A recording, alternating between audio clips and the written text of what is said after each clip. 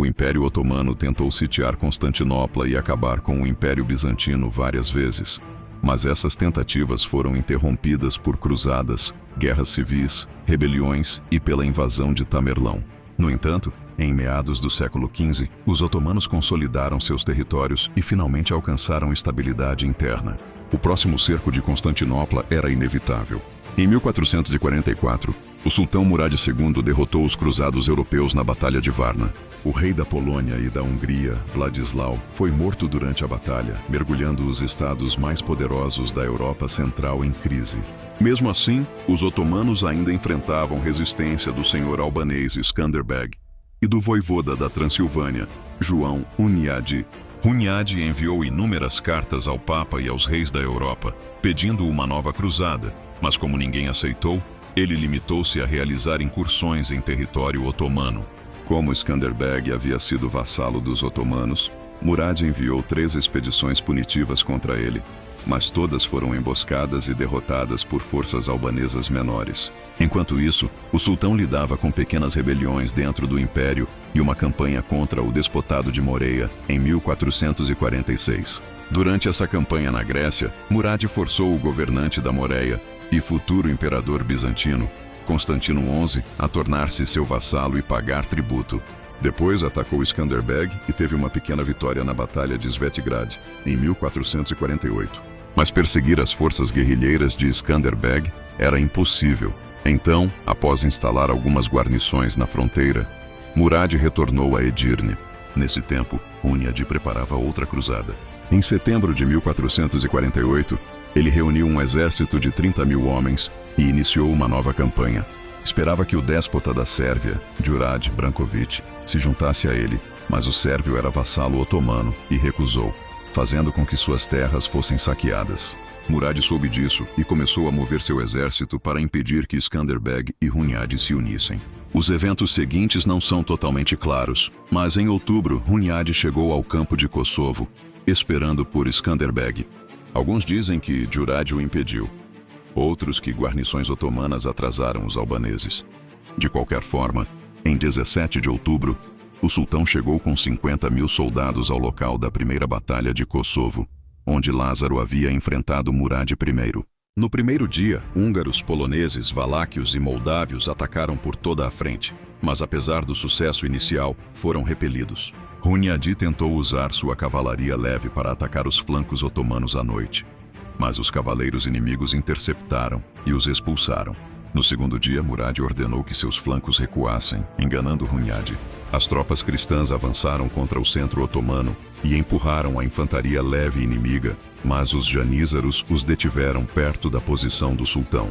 Nesse momento, os flancos otomanos voltaram e cercaram as forças de Hunyadi.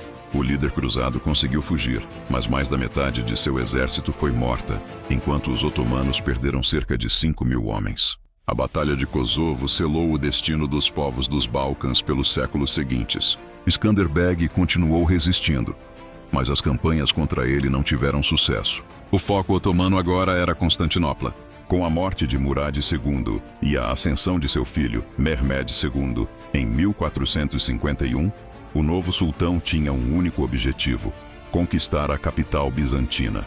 Constantinopla já não era o que fora. Sua população havia caído para algo entre 50 e 100 mil, e muitas áreas dentro das muralhas estavam vazias ou usadas para a agricultura. O imperador Constantino XI controlava apenas um pequeno território e ainda pagava tributo aos otomanos. Mehmed assinou tratados com Veneza, Gênova e Hungria para evitar ataques, e após reprimir uma rebelião dos Caramânidas na Anatólia, consolidou o poder.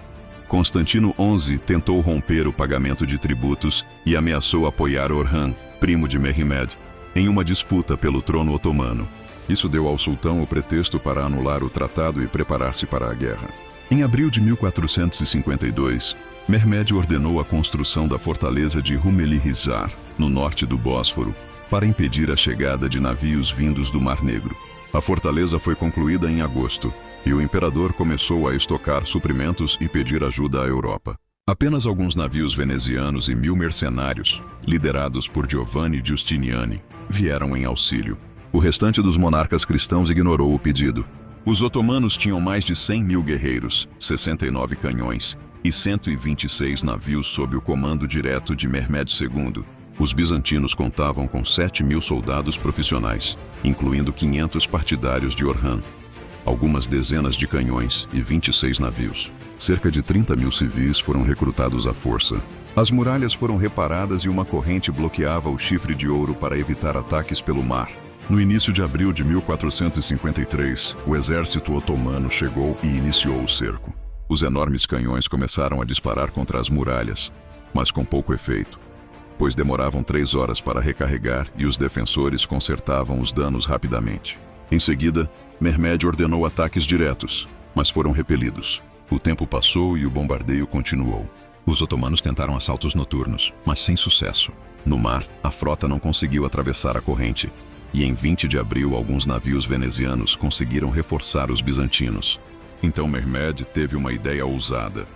Mandou arrastar seus navios por terra, ao redor da colônia genovesa de Pera, e lançá-los novamente no Chifre de Ouro, atrás da corrente.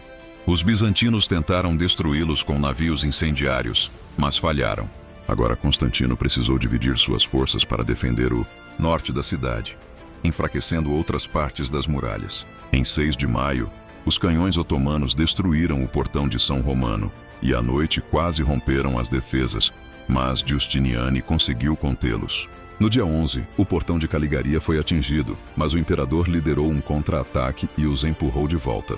Por fim, em 29 de maio, Mehmed ordenou um ataque total. Após um intenso bombardeio, a infantaria leve atacou, mas foi repelida. Então, 3 mil janízaros avançaram pela brecha aberta nos portões e tomaram uma torre, hasteando a bandeira otomana. Giustiniani foi gravemente ferido e retirado da linha de frente, o que abalou o moral dos defensores. Pouco depois, os otomanos invadiram a cidade. O imperador Constantino XI tentou um último contra-ataque, mas foi morto. O último imperador romano morreu junto com seu império. A queda de Constantinopla marcou o fim da Idade Média. Deu início ao Renascimento, a era das grandes navegações e a séculos de guerras entre a Europa e o Império Otomano.